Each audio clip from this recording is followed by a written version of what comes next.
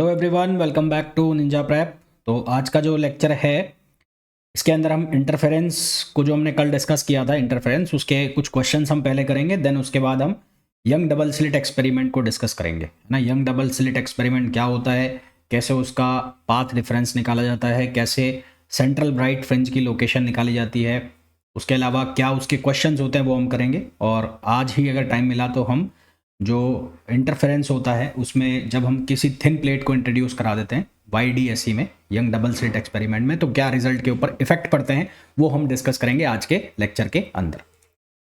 तो चलो भाई स्टार्ट करते हैं, पहले क्वेश्चन से स्टार्ट करते हैं। तो क्वेश्चन से मैं स्टार्ट करूं तो क्वेश्चन नंबर फर्स्ट जो आज का है उसमें हमें बोला गया है इन एन इंटरफेरेंस। हालांकि कल का जैसा ही क्वेश्चन है जो हमने कल भी किया था, इसी टाइप का क्वेश्चन, उसी टाइप का क्वेश्चन है। क्वेश्चन के अंदर हमें बोला गया है इन इंटरफेरेंस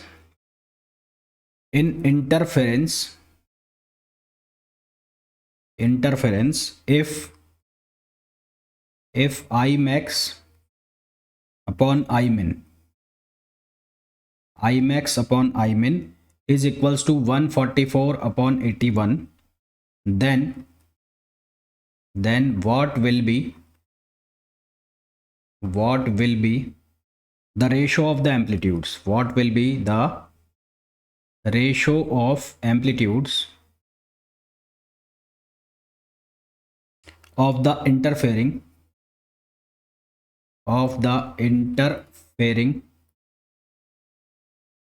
wave? ऑप्शन ए है 144 अपॉन 81, ऑप्शन बी है 7:1, ऑप्शन सी है 1:7 और ऑप्शन डी है 12:9। ठीक है, हमें बोला है what will be the ratio of amplitudes, amplitude का रेशो निकालना है। तो हमें I max upon I minimum की वैल्यू दी हुई है ना। किसकी वैल्यू दी हुई है? I max upon I minimum की वैल्यू दी हुई है। तो कैसे करें, हमें रेशो निकालना है एम्पलीट्यूड का, यानी कि A1 अपॉन A2। तो वी नो दैट कि आई मैक्स अपॉन आई मिन ये हमने निकाला हुआ है, और आई मैक्स की जो वैल्यू थी वो किसके बराबर थी? √I1 प्लस √I2 स्क्वायर, और अपॉन ये किसके इक्वल है? √I1 माइनस √I2 स्क्वायर, ये वैल्यू थी। और हमें बहुत अच्छे से पता है कि we know that I proportional to A square, और K इसमें एक कांस्टेंट आता है। K क्या आता है? इसमें एक कांस्टेंट आता है, ये हमें बहुत अच्छे से पता है। तो यहाँ से हम इसको अगर एम्पलीट्यूड के फॉर्म में लिखना चाहें तो ऐसे लिख सकते हैं, आई मैक्स अपॉन आई मिन, I1 की जगह मैं लिख दूँ अगर KA स्क्वायर, है ना, इसकी जगह मैं क्या लिख दूँ? KA square. तो यहाँ से क्या बनेगा? ये √I1 जो है इसकी जगह मैं लिख दूंगा A1 स्क्वायर, और इसकी जगह लिख दूंगा A2 स्क्वायर। तो ये रूट में होगा तो A1 प्लस A2 बन जाएगा। तो यहाँ क्या बन जाएगा? ये बन जाएगा A1 प्लस A2 अपॉन ये क्या बन जाएगा? A1 माइनस A2, और इसका क्या हो जाएगा? स्क्वायर हो जाएगा। ठीक है, इसका क्या हो जाएगा? स्क्वायर। और फिर आप इसको ऐसा लिख सकते हो A1 plus A2 upon A1 minus A2, और ये हो जाएगा √I मैक्स अपॉन I मिन। तो इसको मैंने लिखा A1 अपॉन A2, या ऐसे ही लिखा रहने दो इसको, और मैं रूट की जो वैल्यू है मेरे पास उसको मैं सब्सटीट्यूट कर देता हूँ। तो A1 plus A2 upon A1 minus A2, और हमें आई मैक्स और आई मिनिमम की वैल्यू दी हुई है 144 अपॉन 81। तो इस वैल्यू को हम सब्सटीट्यूट कर दें तो हमारे पास कितना बचेगा? ये बचेगा 12 अपॉन 9। ठीक है, 12 अपॉन 9। अब कर दो क्रॉस मल्टीप्लाई करोगे तो ये बनेगा 9A1 plus 9A2 equals to ये हो जाएगा 12A1 और माइनस 12A2। अब इसको ट्रांसपोज करो, A1 वाले एक तरफ और A2 वाले एक तरफ, तो ये बनेगा 3A1 और ये इक्वल्स टू 21A2। तो यहाँ से हमें निकालना है A1 अपॉन A2। तो A1 अपॉन A2 कितना हो जाएगा? 21 अपॉन 3। तो ये रेशो आ जाएगा 7:1। तो हमारे पास इसका राइट आंसर आ जाएगा ऑप्शन बी, जो कि है 7:1। तो इसका करेक्ट आंसर हमारे पास आ जाएगा 7:1। तो इस तरह से करना है। मैथमेटिक्स से सिंपल सा फॉर्मूला आपको पता है, फॉर्मूला अगर आपको आता है तो ये क्वेश्चन हो जाएगा, अदरवाइज तो खेल खत्म।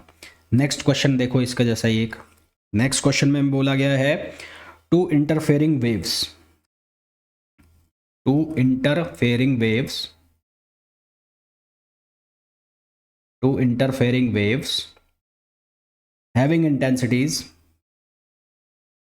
having intensities x and y meets a point with time difference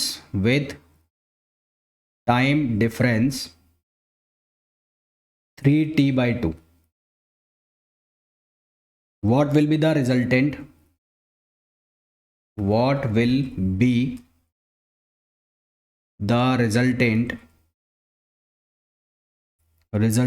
intensity? What will be the resultant intensity at that point?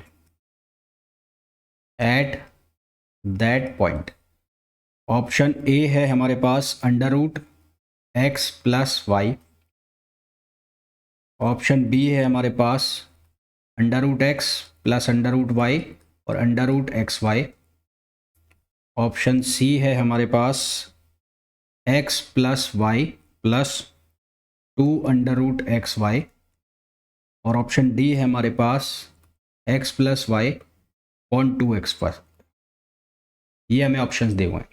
Question को दोबारा से एक बार रीड करो। क्वेश्चन में बोला गया है two interfering waves having intensity x and y, intensity x y, time difference दे रखा है 3t/2। तो यहाँ से आप क्या निकाल सकते हो, यहाँ से फेज डिफरेंस निकाल सकते हो, है ना।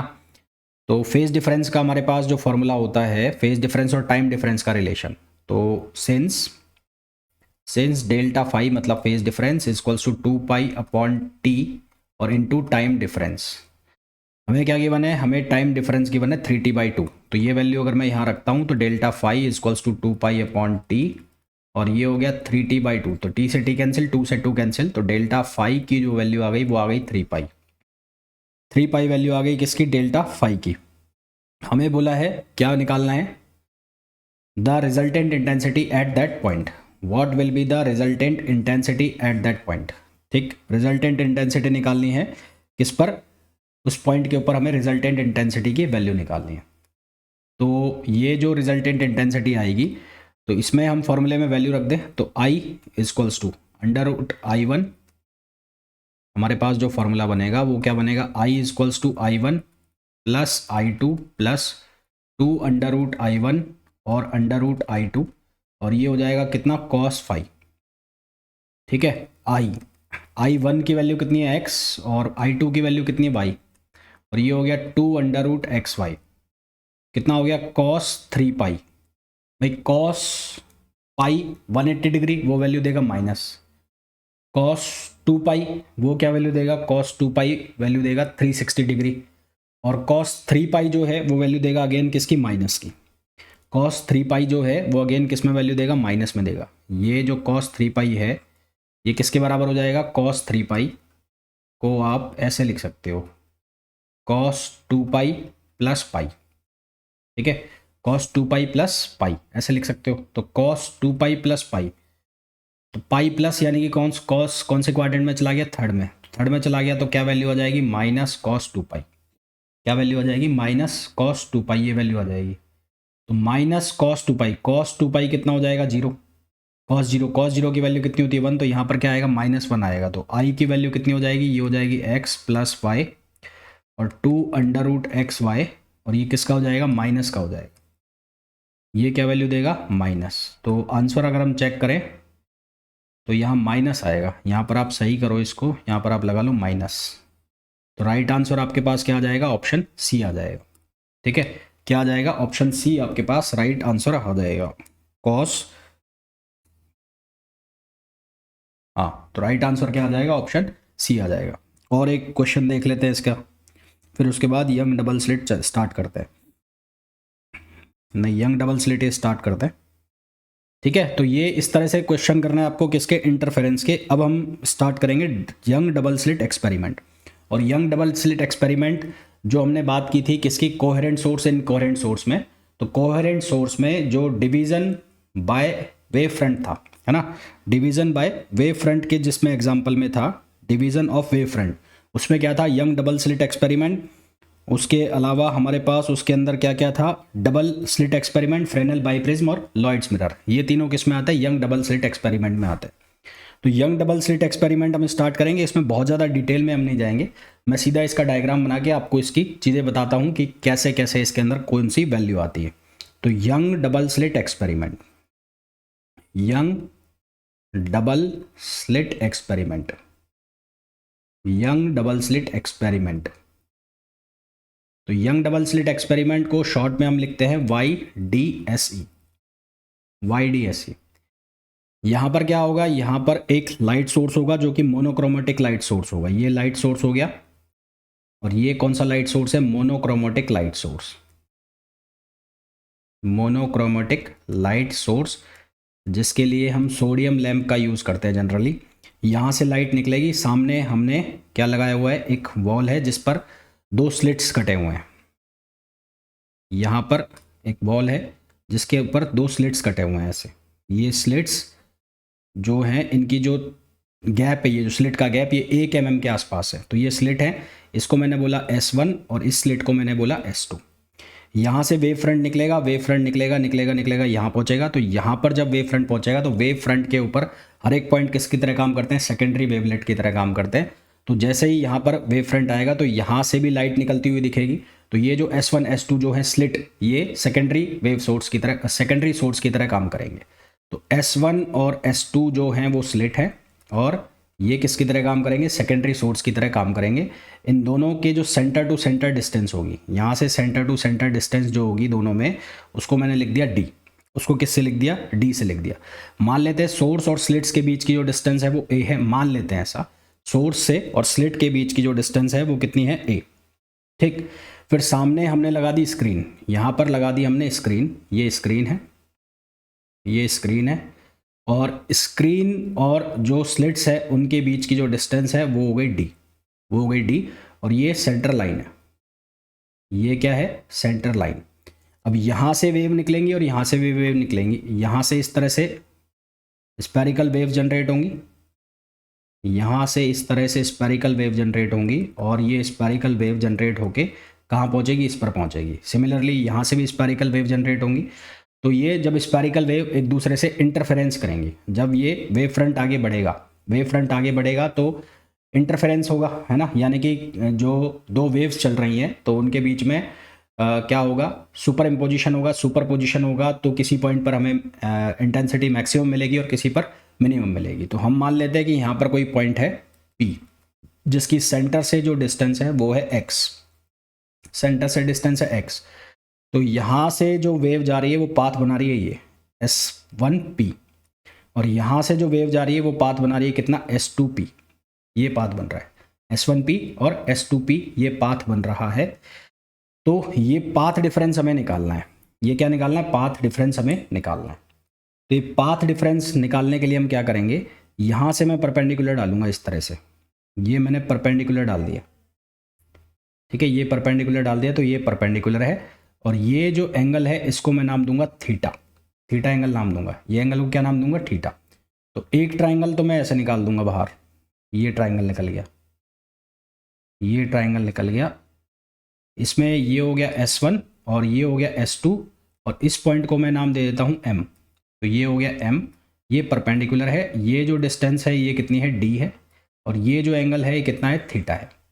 ये जो S2M होगा इसको हम कहेंगे पाथ डिफरेंस, इसको हम कहेंगे पाथ डिफरेंस, जिसको हम लिख देंगे डेल्टा से। पाथ डिफरेंस मैं क्यों बोल रहा हूँ, क्योंकि S1P ये हमें दिख रहा है एक पॉइंट पर मिल रही है, पर ये एंगल जो है इनके बीच में इतना कम होता है, इतनी सारी वेव्स होती है कि लगभग पैरेलल होती है। तो S1P is almost parallel to S2P, इसलिए इन दोनों का जो डिफरेंस होगा वो क्या होगा, S2P में से आप क्या कर दोगे, S1P को माइनस कर दोगे। तो ये जो डेल होगा ये क्या होगा, S2P में से आपने माइनस कर दिया किसको, S1P को। ठीक है, फिर उसके बाद एक ट्राइंगल और उठाऊंगा मैं, एक ट्राइंगल में कौन सा वाला उठाऊंगा, ये वाला, यहाँ से बनाऊंगा एक ट्राइंगल सेंटर से ऐसे, और ये ट्राइंगल मैंने बनाया एक, ये ट्राइंगल, और ये एंगल भी कितना होगा, थीटा होगा। यहाँ से ये एक्स है, और ये जो डिस्टेंस है स्क्रीन और स्लिट्स के बीच के डिस्टेंस वो है डी। तो ये ट्राइंगल हमें वैल्यू देगा किसकी, साइन थीटा की, नहीं टेन थीटा की। ये ट्राइंगल क्या बोल रहा है, टेन थीटा इक्वल्स टू किसके बराबर है, X upon D, perpendicular upon क्या हो गया, बेस हो गया। If angle is small, angle is small then tan theta को हम क्या लिख सकते हैं, थीटा लिख सकते हैं, और इसकी वैल्यू कितनी हो जाएगी, एक्स बाई डी। और एक ट्राइंगल हमारे पास कौन सा वाला आया था, एक ट्राइंगल आया था हमारे पास ये ट्राइंगल आया था। तो ये कितना था S1, ये कितना था S2, और ये डिस्टेंस थी स्लिट की D, और ये था डेल, और यहाँ पर एंगल कितना है, थीटा है। तो यहाँ हम लगाएंगे साइन थीटा। साइन थीटा क्या होता है, परपेंडिकुलर अपॉन हाइपोटेन्यूज। तो परपेंडिकुलर हो गया डेल, और हाइपोटेन्यूज कितना हो गया, D। तो यहाँ से डेल जो है वो किसके बराबर हो गया, D साइन थीटा। डेल यानी कि पाथ डिफरेंस जो है वो किसके बराबर बन गया, D साइन थीटा के इक्वल बन गया। ठीक है, पाथ डिफरेंस जो है उसकी वैल्यू किसके इक्वल हो गई, डी साइन थीटा के इक्वल हो गई। पाथ डिफरेंस की वैल्यू, पाथ डिफरेंस की वैल्यू डी साइन थीटा के इक्वल हो गई। और इसके अलावा और हम कहाँ से निकाल सकते हैं पाथ डिफरेंस की वैल्यू, यहाँ से अगर आप एंगल को देखो, यहाँ से पाथ डिफरेंस कितना है, डी साइन थीटा, ये पाथ डिफरेंस हो गया डेल, और यहाँ से आपने किसकी वैल्यू निकाली, थीटा की। थीटा की वैल्यू कितनी होगी, x upon capital D, x upon capital D. अब पाथ डिफरेंस जो है उस पाथ डिफरेंस से हमें अलग अलग कंडीशन बनानी है, एक कंस्ट्रक्टिव इंटरफेरेंस की और एक किसकी बनानी है, डिस्ट्रक्टिव इंटरफेरेंस की। कंस्ट्रक्टिव इंटरफेरेंस की कंडीशन क्या बनेगी, मैक्सिमम डिस्प्लेसमेंट के लिए। वो किसके लिए बनेगी, मैक्सिमम डिस्प्लेसमेंट के लिए कंस्ट्रक्टिव मैक्सिमम इंटरफेरेंस के लिए कंस्ट्रक्टिव इंटरफेरेंस, और मिनिमम जो इंटरफेरेंस है यानी कि मिनिमम के लिए हम किसकी कंडीशन बनाएंगे, डिस्ट्रक्टिव इंटरफेरेंस की। तो मैक्सिमम के लिए हम ऑलरेडी जानते हैं किसके बराबर होगा, एन लैम्बडा के इक्वल होगा, और डिस्ट्रक्टिव के लिए हम जानते हैं ऑलरेडी किसके बराबर होगा, 2n-1 लैम्बडा बाई 2। अगर हम n की वैल्यू को कहाँ से ले रहे हैं, 1 से स्टार्ट कर रहे हैं, और n की वैल्यू को अगर आप प्लस से स्टार्ट करोगे तो उसके लिए क्या लिखोगे, 2n+1 और लैम्बडा बाई 2 वहाँ से स्टार्ट करोगे। ठीक है, वहाँ से स्टार्ट करोगे। तो अभी मैंने आपको कहा कि जो थीटा है, थीटा, उस थीटा की वैल्यू टेन थीटा हमने क्या ले लिया, एक्स अपॉन डी, और यहाँ से पाथ डिफरेंस मैंने कितना लिख दिया, डी साइन थीटा। अब एंगल अगर स्मॉल है, एंगल क्या है, स्मॉल है, तो साइन थीटा को भी हम क्या लिख सकते हैं, थीटा लिख सकते हैं। साइन थीटा को भी हम क्या लिख सकते हैं, थीटा लिख सकते हैं, अगर एंगल स्मॉल है। तो यहाँ से हमारे पास क्या वैल्यू बन रही है वो देख लेते हैं।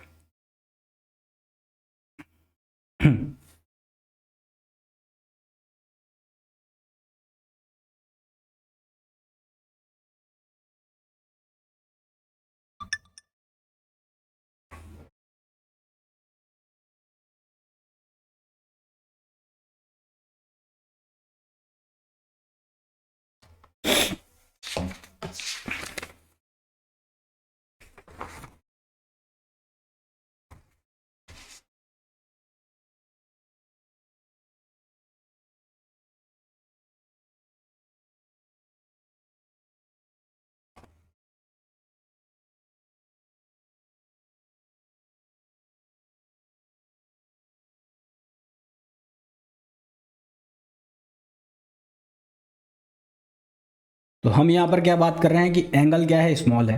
एंगल स्मॉल है तो tan theta equals to theta, और साइन थीटा इक्वल्स टू क्या लिखा जा सकता है, थीटा। तो यहाँ से हम लिख सकते हैं सिंस एंगल इज स्मॉल,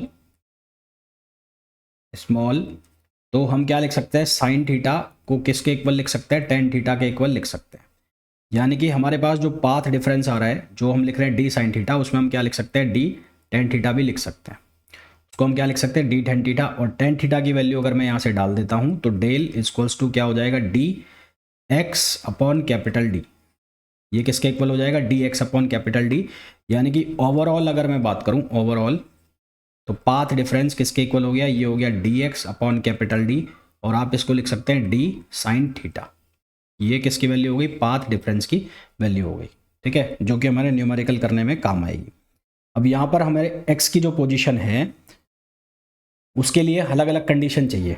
एक सेंट्रल मैक्सिमा की कंडीशन बनाएंगे और एक बनाएंगे हम सेंट्रल मिनिमा की। तो x is the position of point P from central maxima. भाई P पॉइंट है यहाँ पर, ये P पॉइंट है, और ये जो पॉइंट है सेंटर में, इसको हम बोलेंगे सेंट्रल मैक्सिमा। इस पॉइंट को हम क्या नाम देंगे? Central maxima. जो यहाँ बीचों बीच है, इस पॉइंट को हम क्या नाम देंगे? Central maxima. तो यहाँ से यहाँ तक की जो डिस्टेंस है ये है x। तो इस x की हमें मैक्सिमम वैल्यू चाहिए। तो for maximum at p, for maximum at p, रुको एक बार,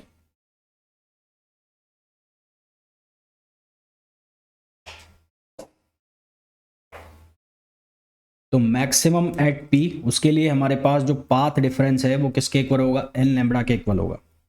जहाँ n की value, where n equals to कितना होगा? 0 +-1 +-2 एंड सो ऑन। और for minima at p, del equals to कितना होगा? या तो होगा 2n-1 लैम्बडा बाई 2, और या फिर क्या लिखा जाएगा? 2n+1 lambda by 2। अगर 2n-1 लैम्बडा बाई 2 लिखोगे तो n की वैल्यू कहाँ से चलेगी? 1 से चलेगी। 1 2 1 2 +-1, मैंने प्लस माइनस में ये वैल्यू चलेगी +-1 +-2 एंड सो ऑन। और अगर आप प्लस में लिख रहे हो तो n की जो वैल्यू है वो स्टार्ट होगी 0 1 2, और ये प्लस माइनस में रहेगा। तो इस तरह से वैल्यू चलेगी। तो यहाँ से हम किसकी वैल्यू निकाल सकते हैं? यहाँ से हम वैल्यू निकाल पाएंगे किसकी? जो हमारे पास x की वैल्यू है वो हम निकाल पाएंगे। तो अगर मैं यहाँ से n लैम्बडा रखूँ, तो अगर मैं रखता हूँ कंस्ट्रक्टिव इंटरफेरेंस के लिए, तो फॉर मैक्सिमम और कंस्ट्रक्टिव इंटरफेरेंस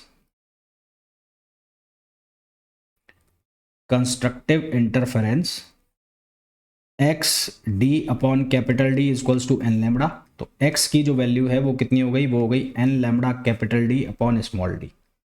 ये मैक्सिमम की वैल्यू हो गई, है ना, nth ब्राइट फ्रिंज के लिए। और मैक्सिमम का मतलब हो गया ब्राइट फ्रिंज, है ना। इंटेंसिटी मैक्सिमम,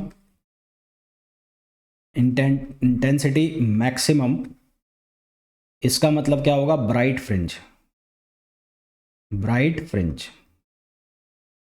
और मिनिमम की कंडीशन हम निकाले, फॉर मिनिमा और डिस्ट्रक्टिव इंटरफेरेंस,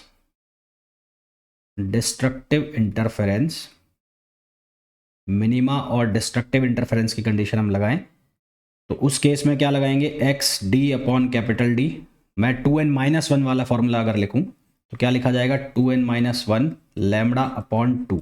ये फॉर्मूला अगर हम लगाएं तो यहाँ से हमें एक्स एन की जो वैल्यू मिलेगी वो कितनी मिलेगी? वो मिलेगी 2n-1 upon 2d upon 2d, और ये हो जाएगा लैम्बडा डी। तो ये हो जाएगा किसके लिए? मिनिमम इंटेंसिटी के लिए। और ये हो जाएगी डार्क फ्रिंज। ये क्या बनेगा? ये बनेगा हमारे पास डार्क फ्रिंज का केस बन जाएगा। तो यहाँ से ये पोजीशन निकल गई किसके लिए? ब्राइट फ्रिंज के लिए, फ्रॉम सेंट्रल मैक्सिमा। फ्रॉम, ये कहाँ से निकाल रहे हैं हम? From central maxima. ये जो दोनों जो लोकेशन है ये कहाँ से निकालिए? सेंट्रल मैक्सिमा से निकालिए। यानी कि हमारे पास जो ये स्क्रीन है, ये जो हमारे पास स्क्रीन दिख रही है, इस स्क्रीन पर ये पॉइंट है बीच में, सेंटर पॉइंट O। तो यहाँ से जो फ्रिंज बनेगी कुछ ऐसे बनेगी। एक बन गई ब्राइट, एक बन जाएगी dark, alternate bright and dark fringe. एक बन जाएगी फिर से ब्राइट, और फिर एक क्या बन जाएगी? डार्क बनेगी। फिर से क्या बन जाएगी? ब्राइट बन जाएगी। तो alternate bright and dark fringe बनेगी। तो ये सेंट्रल मैक्सिमा है, ये कौन सी है? ये ब्राइट है, तो ये क्या बन जाएगी? डार्क। फिर से ये ब्राइट है तो ये क्या बन जाएगी? डार्क। फिर से ये ब्राइट है, फिर ये क्या बन जाएगी? डार्क। तो ऑल्टरनेट हमें ब्राइट एंड डार्क फ्रिंजेस मिलेंगी। ठीक है, ऑल्टरनेट हमें ब्राइट एंड डार्क फ्रिंजेस मिलेंगी। तो यहाँ से हम क्या निकाल लेंगे? Position of bright and dark fringe, जो कि हमने निकाल ली ऑलरेडी। एक्स एन भी निकाल लिया, और क्या निकाल लिया हमने? जो दूसरी वाली वैल्यू है हमारी डार्क फ्रिंज की, वो भी हमने फाइंड आउट कर ली। तो ये वैल्यू आ जाती है हमारे पास किसके अंदर? YDSE, young double slit experiment के अंदर। ये दोनों वैल्यू आ गई। अब यहाँ पर एक चीज़ इंपॉर्टेंट है ध्यान रखने वाली कि यदि स्लिट्स वर्टिकल है तो जो पाथ डिफरेंस है उसको हम लिखेंगे डी साइन थीटा, और यदि स्लिट्स हॉरिजेंटल है तो जो पाथ डिफरेंस है उसको हम लिखेंगे कॉस डी कॉस थीटा। तो मैं नोट लगा के लिख देता हूँ कि if slits are vertical, slits are vertical, इस बात का मतलब क्या हुआ, इस बात का मतलब ये हुआ कि जो एक्सपेरिमेंट है वो हमारा इस तरह से चल रहा है और जो स्लिट्स हैं वो ऐसा है, ये स्लिट है, ये स्लिट है, ये सेंटर लाइन है। तो अगर ये कहानी हमारे पास है, ये वाली कहानी हमारे पास है ऐसा, ये S1 है और ये S2 है, तो उस केस में जो पाथ डिफरेंस है वो किसके बराबर होगा, डी साइन थीटा के इक्वल होगा। ये एंगल हो गया थीटा, तो ये S2P minus S1P equals to क्या होगा, डी साइन थीटा। ठीक है, एक मिनट रुको।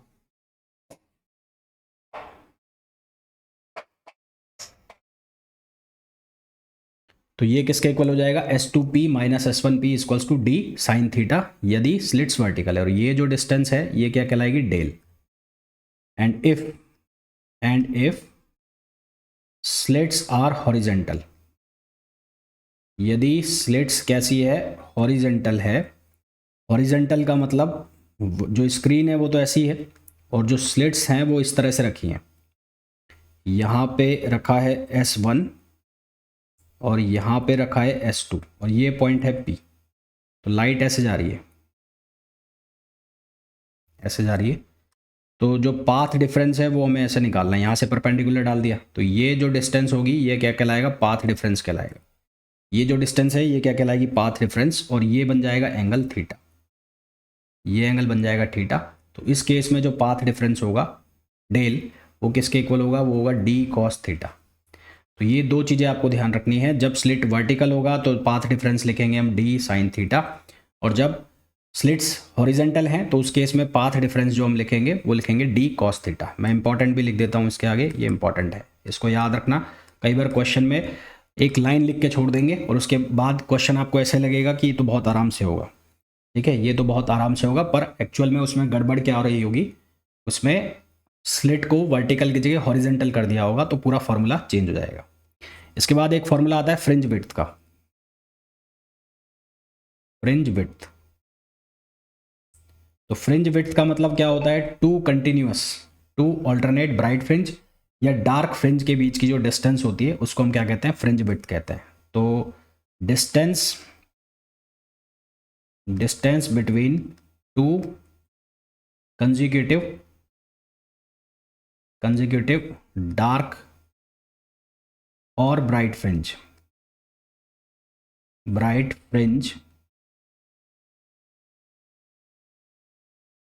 is known as fringe width,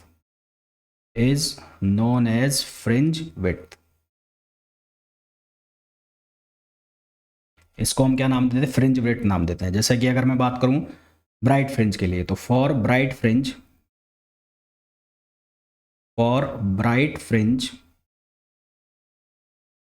formula हमारे पास क्या है, एक्स एन की जो वैल्यू हमने निकाली थी वो कितनी आई थी, N lambda D upon lambda capital D upon small D. तो ये आया था N lambda capital D upon small D, ये वैल्यू हमने लिखी N lambda capital D upon small D. और एक मैं ले लेता हूँ एक्स एन प्लस वन, तो इसको मैं क्या लिखूंगा, N plus one lambda D upon small D. तो इन दोनों का डिफरेंस निकालना है, डिफरेंस को हम लिखेंगे बीटा के इक्वल, तो ये हो जाएगा X N plus one minus X N. तो ये बनेगा हमारे पास कितना, लैम्बडा डी अपॉन डी हमने कॉमन ले लिया, ये बन गया N plus one minus N, तो एन से एन कैंसिल हो गया। तो यहाँ से हमारे पास जो फ्रिंज विड्थ आई वो कितनी आई, lambda D upon small d, lambda D upon small D, ये किसकी वैल्यू आ गई, फ्रिंज विड्थ की वैल्यू आ गई। इसी तरह से अगर हम डार्क फ्रिंज के लिए निकालें, फॉर डार्क फ्रिंज,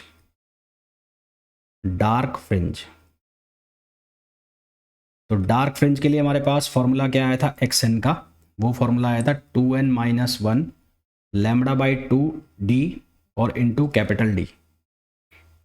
और अगर मैं लिख लूँ एक्स एन प्लस वन का, तो यहाँ पर चेंज क्या करूँगा मैं, इसको n प्लस वन करूँगा तो ये बनेगा 2n plus one minus one lambda upon two D और capital D.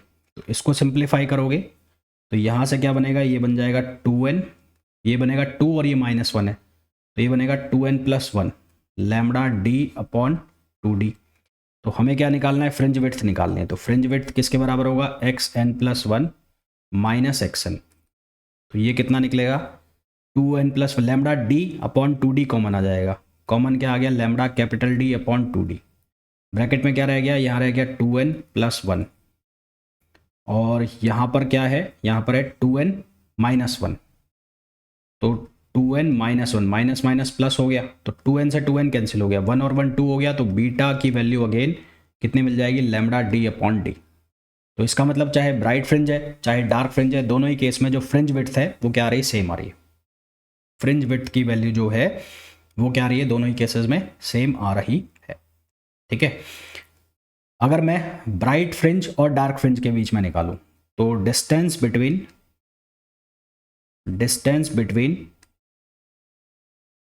Bright and dark fringe, distance between bright and dark fringe, तो एक्स एन मैं ले लेता हूँ, वो ले लिया मैंने N lambda D upon D, और एक ले लिया, ये ले लिया मैंने किसके लिए, ब्राइट के लिए, और डार्क के लिए ले लूँ मैं तो वो कितना हो जाएगा 2n-1 लैम्बडा अपॉन 2d और d। तो इनके बीच में अगर मैं डिस्टेंस निकालता हूँ X N bright minus X N dark, तो फॉर्मूला लिखा मैंने N lambda capital D upon small D, यहाँ से -2n-1 अपॉन 2 लैम्बडा और ये हो गया कैपिटल डी। ठीक है, यही फॉर्मूला है। हाँ, तो कॉमन हमारे पास कितना आ जाएगा, कॉमन आ जाएगा हमारे पास लैम्बडा यहाँ पर आएगा ना, ये डी आएगा स्मॉल और यहाँ पर लैम्बडा भी आएगा। तो कॉमन कितना निकाल लिया हमने, lambda D upon D.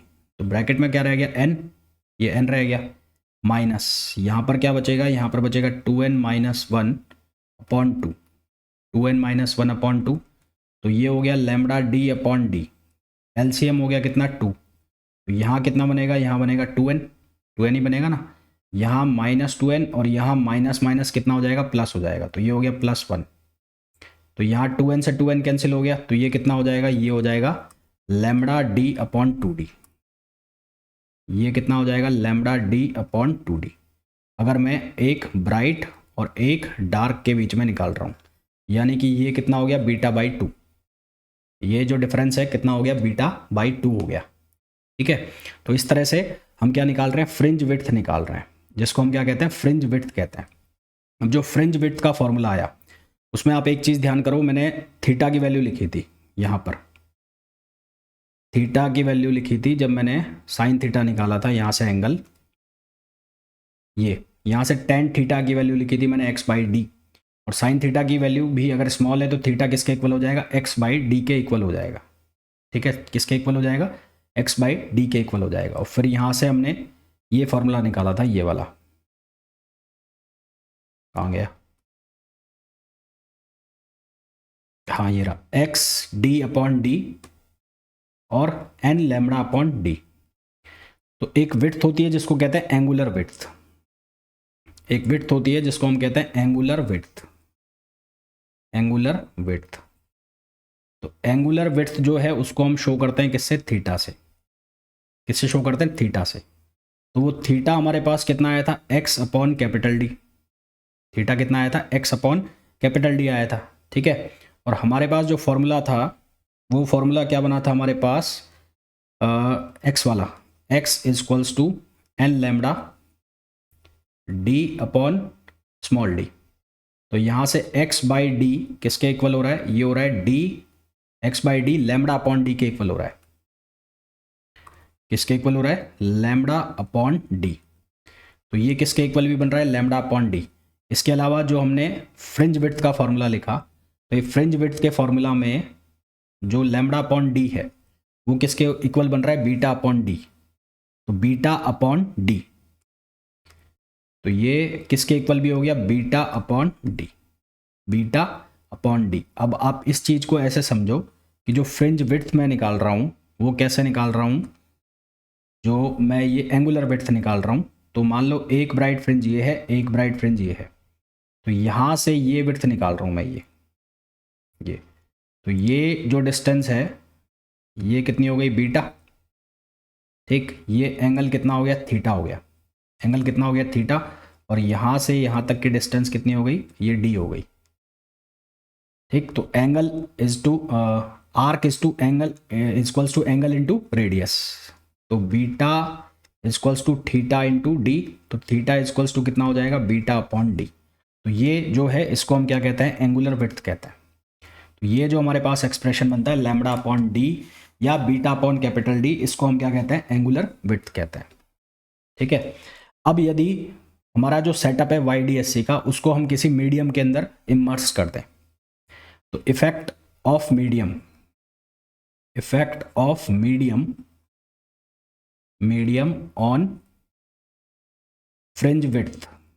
On fringe width, fringe width के ऊपर मीडियम का इंपैक्ट, कोई भी मीडियम जो है उसके ऊपर फ्रिंज विड्थ का क्या इंपैक्ट पड़ेगा उसकी हम बात करेंगे। ठीक, तो मीडियम का इंपैक्ट देखने के लिए म्यू हमें पता है रिफ्रैक्टिव इंडेक्स इसके इक्वल होता है C अपॉन V। म्यू की वैल्यू किसके इक्वल होती है, C अपॉन V के इक्वल होती है। ठीक है ना, C अपॉन V, जहाँ C होता है स्पीड ऑफ लाइट और V जो होता है स्पीड ऑफ मीडियम। जहाँ जो C है वो क्या होता है, स्पीड ऑफ लाइट, और V जो है वो क्या होता है, स्पीड ऑफ मीडियम, ये होता है। और हमें बहुत अच्छे से पता है कि जो V है वो किसके इक्वल होता है, n लैम्बडा। V जो है V वो किसके इक्वल होता है, n लैम्बडा। n का मतलब हो गया फ्रिक्वेंसी, f लिख लो इसको आप f लिख लो। f का मतलब हो गया frequency,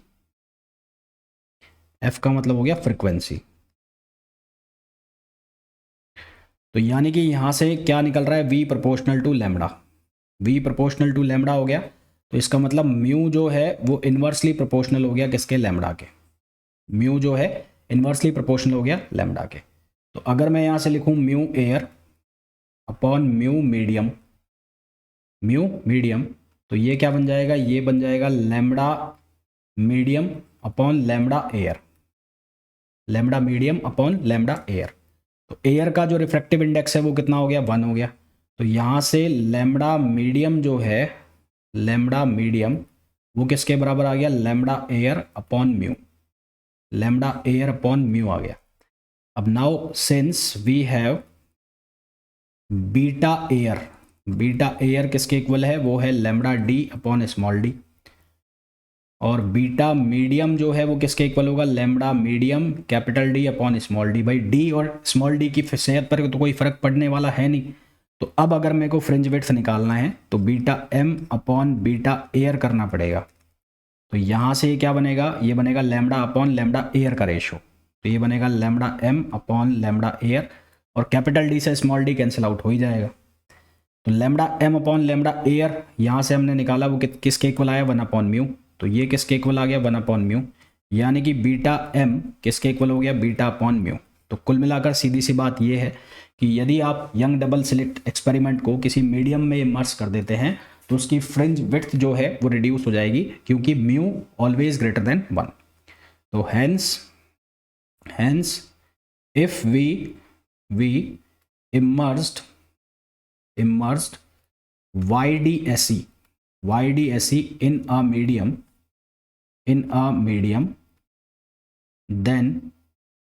then its fringe width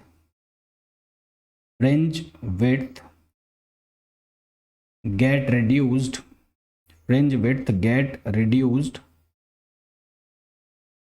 because RI यानी कि refractive index is always greater than 1। तो ये हमारे पास एक्सप्रेशन आ जाएगा यदि हम इसको किस में इमर्स कर देते हैं, किसी मीडियम में इमर्स कर देते हैं। ठीक, उसके बाद एक और पॉइंट लिख लो, 1-2 पॉइंट और बता देता हूँ कि यदि n1 फ्रिंजेस हैं जो विजिबल हो रही हैं किसी वेवलेंथ लैम्बडा 1 पर, n1 फ्रिंजेस जो हैं वो किसी वेवलेंथ लैम्बडा 1 पर विजिबल हैं, और n2 जो फ्रिंजेस हैं वो किसी वेवलेंथ लैम्बडा 2 पर विजिबल हैं। तो सेम फील्ड के लिए क्या पॉइंट लिख रहा हूं मैं, if n1 fringes are visible, N1 fringes are visible in a field of view, in a field of view with light of wavelength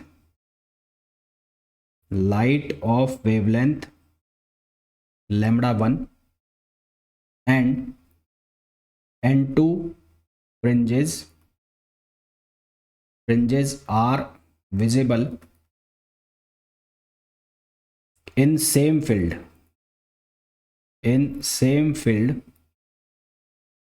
with light of wavelength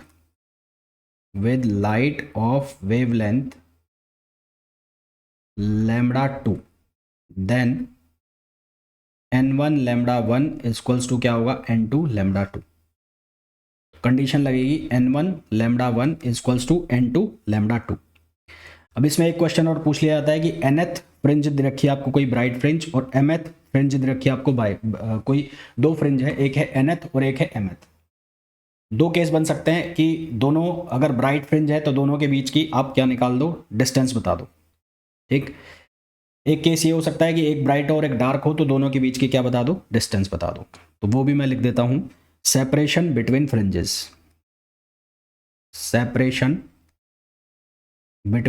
fringes. हालांकि निकालते कैसे वो मैंने आपको ऑलरेडी बता दिया है, फिर भी मैं यहां पर लिख देता हूं। तो पहला between nth bright fringe, nth bright and mth bright. तो वो फ्रिंज विड्थ का फॉर्मूला है, बस उसको माइनस करना है। तो ये डेल्टा एक्स आ जाएगा, ये हो जाएगा n lambda D upon small D, एक हो जाएगा m lambda D upon small D. तो ये फॉर्मूला बन जाएगा n माइनस m और इंटू बीटा। बीटा की वैल्यू आपको पता ही है। और दूसरा केस अगर ये पूछ लिया जाए कि nth bright and mth dark, तो इसके केस में दो पॉसिबिलिटी है, हो सकता है m की वैल्यू ज़्यादा हो सकता है n की वैल्यू ज़्यादा हो। तो यदि n ज़्यादा है m से, इसमें पहला case if n greater than m है तो डेल्टा x की वैल्यू यानी कि दोनों फ्रिंज के बीच की डिस्टेंस वो क्या बनेगी, वो बनेगी n माइनस m प्लस 1/2 और बीटा। ये निकलेगा कैसे, जैसे मैंने वो बताया था आपको कि जो डार्क फ्रिंज है और ब्राइट फ्रिंज है उनके बीच की विड्थ निकाल के बताई थी, वैसे ही निकलेगा ये। बस डिफरेंस क्या है, वहाँ पर मैंने n में से n प्लस nth डार्क में से nth ब्राइट को माइनस कर दिया था, या nth ब्राइट में से nth डार्क को माइनस कर दिया था। यहाँ पर एक की वैल्यू ले लो n और एक की वैल्यू ले लो m, तो ये फॉर्मूला बन जाएगा। और यदि इफ़ m ग्रेटर देन है n, तो उस केस में हमारे पास फॉर्मूला बनेगा m minus n minus 1/2 beta. ठीक है, ये दो फॉर्मूला बन जाएंगे। ये वैसा ही हो रहा है जैसे मैंने करा था, एक्स एन में से मैंने माइनस किया था एक्स एन डार्क को ब्राइट में से, तो मैंने फॉर्मूला बनाया था, वो फॉर्मूला बन गया था लैम्बडा डी अपॉन 2d। वो फॉर्मूला बन गया था क्योंकि वहाँ मैंने n लिया हुआ था दोनों जगह। अब यहाँ पर एक n ले लो और एक ले लो m, तो फिर उसके हिसाब से एक बार एक को ज़्यादा कर दो एक को कम कर दो, तो ये फॉर्मूला हमारे पास आ जाएंगे। ठीक है, तो ये यंग डबल स्लिट में हमारे पास एक्सपेरिमेंट में ये हमारे पास जो है इंपॉर्टेंट पॉइंट्स बनते हैं और ये सारी चीज़ें हमसे पूछी जाती है यंग डबल स्लिट एक्सपेरिमेंट पे। एक और मैं लिख देता हूँ इंपॉर्टेंट पॉइंट ही लगा के, यदि जो सोर्स है सोर्स वो एक दूसरे के बहुत क्लोज हैं, ठीक है, the source must be close to each other, जो सोर्स हैं वो एक दूसरे के क्लोज होने चाहिए, otherwise due to small fringe width, क्योंकि बीटा जो है वो इन्वर्सली प्रोपोर्शनल है किसके, डी के, since beta is inversely proportional to D, और डी क्या है, स्लिट्स के बीच की क्या है, डिस्टेंस है। तो अगर ये डिस्टेंस बहुत कम हुई तो फ्रिंज विड्थ क्या होगी, ज़्यादा होगी, और अगर ये डी बहुत ज़्यादा हो गया तो फ्रिंज विड्थ क्या होगी, बहुत कम होगी। तो सोर्स एक दूसरे के क्या होने चाहिए, क्लोज होने चाहिए, तो बीटा की वैल्यू क्या होगी, ज़्यादा होगी। और अगर सोर्स एक दूसरे से बहुत ज़्यादा दूर हो गए तो फ्रिंजेस जो हैं उनकी विड्थ कम हो जाएगी, यानी कि वो ओवरलैप कर जाएंगी। ठीक है, वो क्या कर जाएंगी, ओवरलैप कर जाएंगी और वो यूनिफॉर्मली इल्यूमिनेट करना चालू कर देंगी। तो the source must B, the slits must be, slits must be close to each other, close to each other, otherwise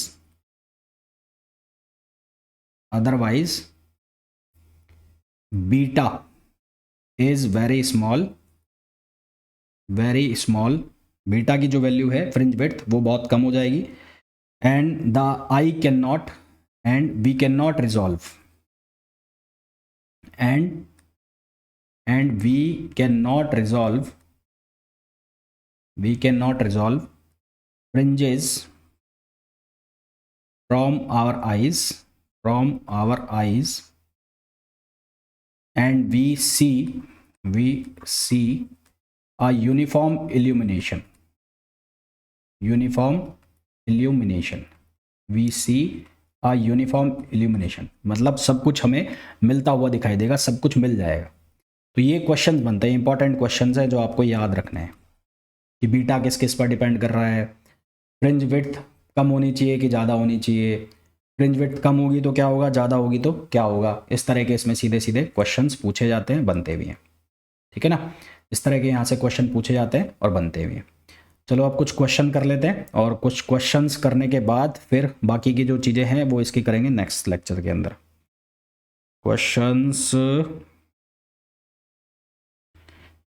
question की बात करें तो क्वेश्चन नंबर ये, इसमें हमें बोला गया है इन YDSC experiment,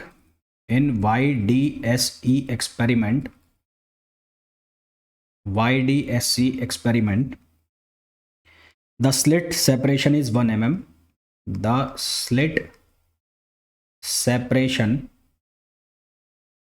is 1 mm, and the screen is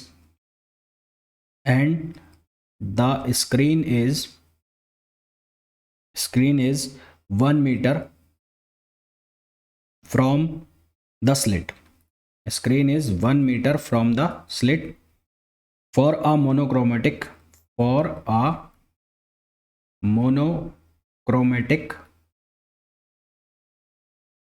light of wavelength,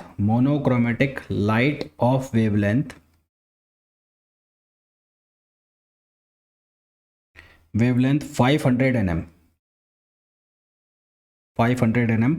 The distance of the third minima,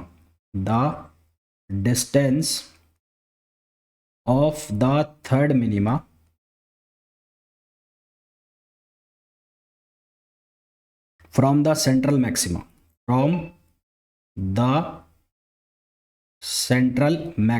is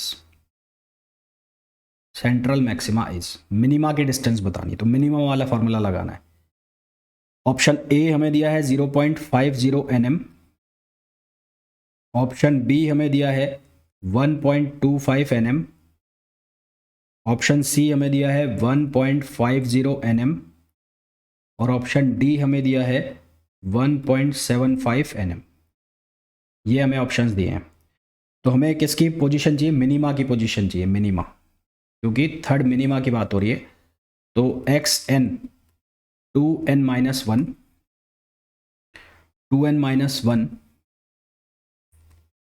1 upon 2d, और ये हो जाएगा लैम्बडा डी। तो यहाँ वैल्यू सब्सटीट्यूट करो, n की जो वैल्यू है वो कितनी है, 3 है, 3 है। d की जो वैल्यू है वो कितना दिया हुआ है, 1 मीटर। स्मॉल d की वैल्यू 1 mm है, तो उसको लिख देंगे हम 10⁻³ मीटर। तो इस फॉर्मूला में अगर हम वैल्यू रखते हैं तो ये हो जाएगा 2n, n की वैल्यू हो गई 3 - 1 अपॉन 2 × 10⁻³ ये हो जाएगा 1, और लैम्बडा की वैल्यू कहाँ है, 500 nm। तो लैम्बडा कितना है, 500 nm, 500 × 10⁻⁻9 हो जाएगा ये। तो ये कितना हो जाएगा, 3 दूनी 6, 3 2 6 - 1 5, तो ये हो जाएगा 5/2। ये 10⁻³ है, ऊपर जाएगा 10⁻5, तो ये हो जाएगा 5, और ये 10⁻⁻4 बचेगा यहाँ से, तो ये होगा 25/2 इंटू 10⁻⁻4, 25/2 इंटू 10⁻⁻4 इतना बचेगा ये, ठीक। और 25/2 जो है वो हो जाएगा 12.5 और इंटू 10⁻⁻4, तो इसको mm में ले लो 1.25 इंटू 10⁻⁻3 मीटर और इसको बदल दो mm में, तो ये आंसर आ जाएगा 1.25 mm। तो सही आंसर जो है हमारे पास वो क्या आ जाएगा 1.25 mm आएगा। यहाँ mm लिखो, ये nm नहीं ले आएगा, mm लिखो mm, तो इसको mm करो, है ना, हाँ mm है ये mm, तो ये भी mm हो जाएगा। तो सही आंसर हमारे पास क्या आ जाएगा, b आ जाएगा, b। राइट आंसर हमारे पास क्या आ जाएगा, b mm, 1.25 mm ये आंसर आ जाएगा। फिर नेक्स्ट क्वेश्चन में हमें बोला है कि द टू स्लिट्स, क्वेश्चन है the two slits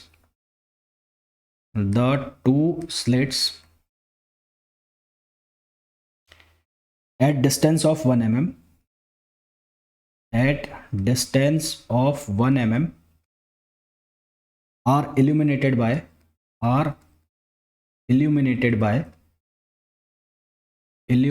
by the light of wavelength, by the light of wavelength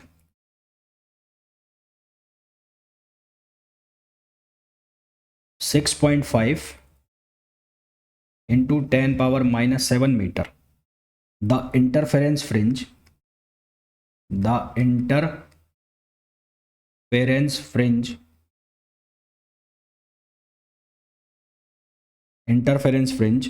are observed on the screen,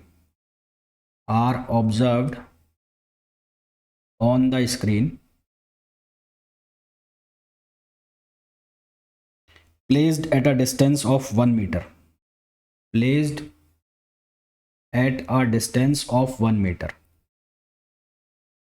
distance of 1 meter, the distance between third dark and fifth bright fringe, the distance between third dark and fifth bright fringe is। देखो भाई, तो यहाँ n की जो value है वो fifth है और m की वैल्यू है थर्ड, तो n ग्रेटर देन m हो गया। तो डिस्टेंस का फॉर्मूला हमारे पास क्या है इस केस में, ये है n माइनस m प्लस 1/2 और इंटू बीटा। बीटा कितना होता है, lambda d, capital D upon small d। तो डेल्टा x, n की वैल्यू 5 माइनस 3 प्लस 1/2, ये होगा lambda capital D upon small d। Lambda की जो वैल्यू है वो कितनी है, 6.5 इंटू 10⁻⁻7, तो 6.5 into 10⁻⁻7 into capital D। Capital D कितना है 1 मीटर और स्मॉल d कितनी है 1 mm। तो यहाँ पर 1 मीटर और ये हो गया 1 mm, 1 mm का मतलब हो गया 10⁻⁻3। तो ये कितना हुआ 5 माइनस 3 कितना हो गया 2 और 2 प्लस 1/2 कितना हो गया 5/2, 5/2 इंटू 6.5, 5/2 इंटू 6.5 और इंटू 10⁻⁻4 ये हो गया। तो इसको जब सिंप्लीफाई करोगे तो ये होगा 532.5/2 इंटू 10⁻⁻4 और ये हो जाएगा 16.25 इंटू 10⁻⁻4, जिसको आप mm में लिखो तो ये हो जाएगा 1.625 mm। तो आंसर कितना आ जाएगा 1.625 mm, जो कि सही है, करेक्ट आंसर है, ठीक है। तो ये इसका आंसर आ जाएगा। और अगर यहाँ पर m ग्रेटर देन होता n से तो फिर फॉर्मूला आप ये लिखते, m ग्रेटर देन n होता तो ये फॉर्मूला लिखते, कौन सा, m minus n minus 1/2 beta. तो मेरे हिसाब से आपको बहुत अच्छे से यूज़ करना आ गया होगा किस तरह से ये फॉर्मूला यूज़ करेंगे। नेक्स्ट लेक्चर में हम इसके कुछ और क्वेश्चंस को सॉल्व करेंगे, देन फिर उसके बाद हम जो हमारे पास जो मेथड है displacement of division of wave front के हम बाकी के जो हैं जो फ्रेनेल बाइप्रिज्म है, लॉयड मिरर है, उनको हम डिस्कस करेंगे। तो मिलते हैं नेक्स्ट वीडियो में, till then thank you, bye bye.